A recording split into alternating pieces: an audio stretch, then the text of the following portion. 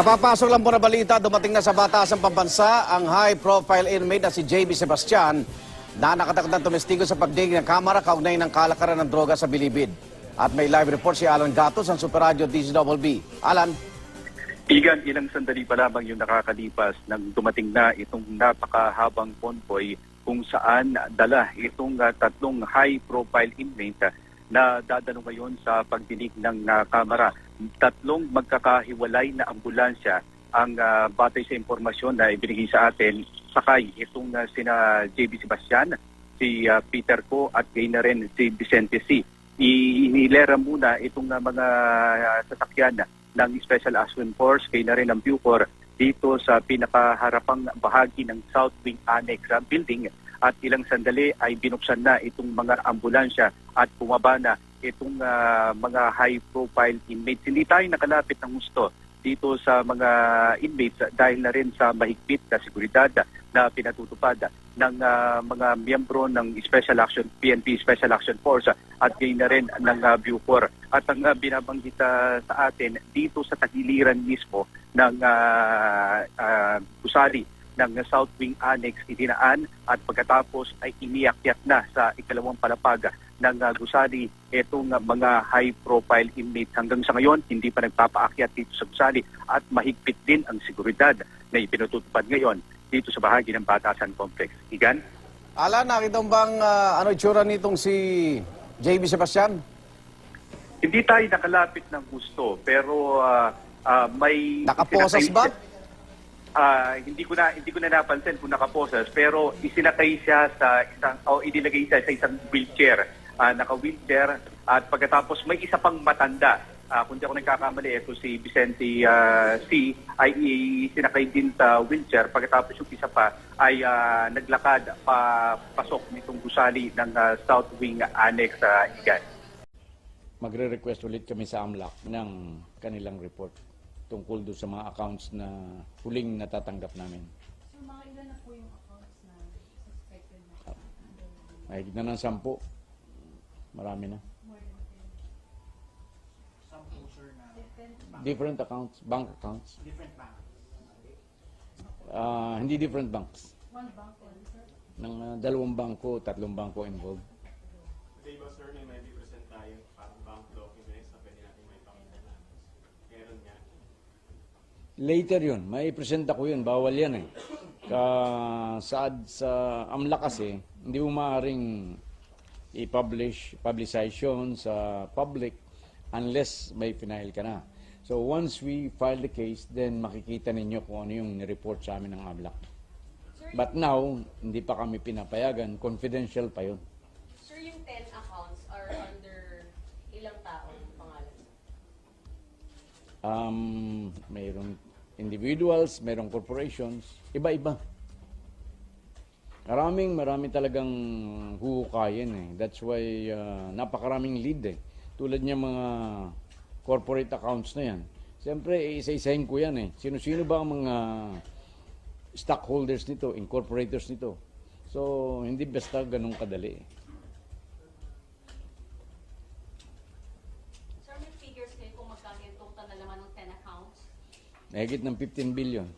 50? 150. 150.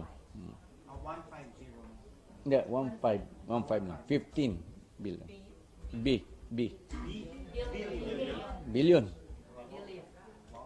Sir, puro lang po yung local. O meron na rin meron na Dito lang sa atin yun. Local. Have you started looking overseas? baka meron abroad meron na, sir. Mayroong nagsasabi, I'm sure meron yan.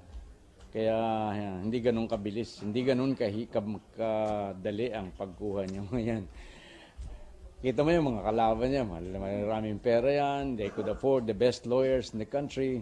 Kaya hindi naman kami sa DOJ, hindi naman kami magmamadali dahilan lamang sa minamadali kami ng publiko.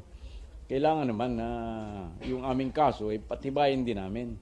Para kahit napakagaling ng kanilang mga lawyers, ay may laban din naman ng gobyerno. Pero sir, yung 15 billion, lahat po yun napunta kay Senator De Hindi Lima? hindi ko naman sinasabing yun lahat. Basta yun ang dinideposit. Pagkatapos na magbentahan sa labas, mag-o-order yung mga drug lords na yan, o dyan mo deposit dito sa ganitong account. So, ngayon, as to how much will go to somebody, nasa internal na usapan ninyo. Hindi ba may nakakinig kayo nung isang testimony nung isang mga inmate na ang parang 1 kilo ata mga 80,000 ganyan. Tapos ang ginagawa niya, pinapatungan niya ng 20,000 per kilo. So sa 5 kilo, meron siyang 100,000. So pero yung bago yung ibigay yung kanyang komisyon, kung matatawag mo yon, i-deposit muna yun dun sa kung saan in-order ng drug lord, kung saan i-deposit yung buong kabuang pinagbilhan.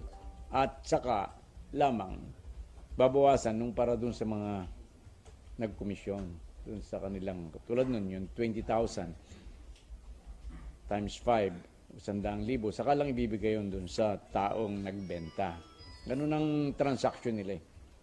So, kung magkano ang usapan yan, kung halimbawa dito sa 100 milyon na ito, usapan sila, ito'y para kay JB Sebastian. Pero itong amount na ito, itong percentage na ito, para kay Senator De Lima bilang kontribusyon sa kanyang pagtakbo sa Senado. Ganun yun. Kaya hindi lahat yun kanya. But sir, in this parang scheming drug syndicate, ang pinakataas na dyan is Senator De Lima? Siya ang pinakamataas ang posisyon, pero hindi ko alam kung anong posisyon niya sa mga yan. Basta ang lumalabas diyan sa mga ebidensyang lumalabas, kaalam siya dun sa pagkuha ng drug money para ma-finance yung kanyang eleksyon. Pero sir, you said before meron pang mas mataas sa kanya. Ano pong status ng program? Nandun pa tayo sa sa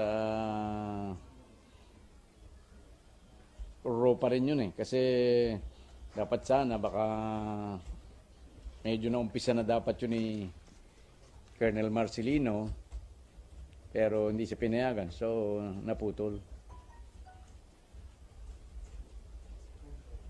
Pero sir, let's say you are able to pin down Senator De Lima, you file cases against her. Does that mean you are able to stop the drug trade in the whole country? Unang-una, hindi ko sinasabing tumigil na ang drug trade sa buong Pilipinas. Ang sinasabi nung mga SAP troopers doon is that 90% ang naibaba ng drug transaction sa loob ng Bilibid. Kasi ang drug transaction sa loob ng Bilibid amounts to 70 to 75% ng transaction ng drug sa buong Pilipinas. So kung yan ay napababa mo, napababa yan because of our measures dyan sa loob ng Bilibid ng mga 90%. Kaya't malaki-laki na rin yan. But sir, the bottom line of the president is he wants to free the country of drugs, of the narcotics trade. So if you bring this down, the one in Bilibid, do you have like a percentage more or less, or just an estimate na how much of the drug trade is actually resolved? Kung dun yun nga, sinasabi ko yung 90%. Kita mo ngayon from 1,200 ang per gram ng shabu. Because of the measures we are undertaking, ngayon 25,000 ang per gram. So makikita mo na talagang naging scarce ang supply ng shabu. Are you ready to go after the triads next? Kung kinakailangan yun talaga naman yun ang kinakailangan Actually, hindi ba, nandun yun sa matrix, isang matrix na pinakita ng presidente.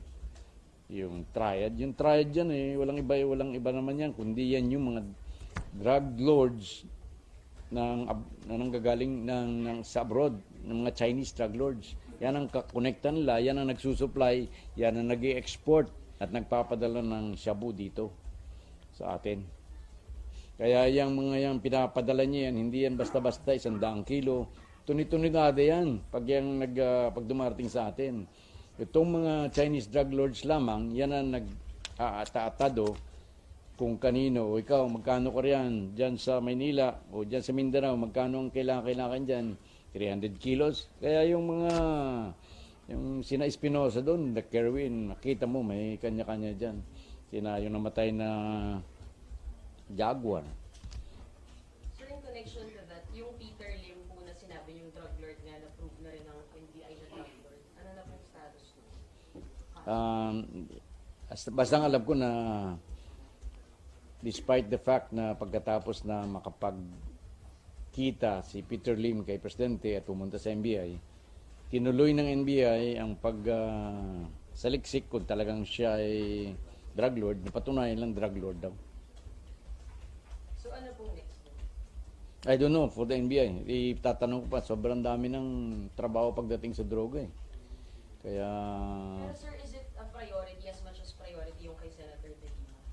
lahat siyang priority, especially pagdating sa drugs. Eh. Ang priority naman niya, tatatlo lang eh. Drugs, corruption, at saka other forms of criminality. Yan ang prioridad ni Presidente. Yan ang ibinigay na marching order sa akin when I was designated as SOJ. Okay? Thank you very much.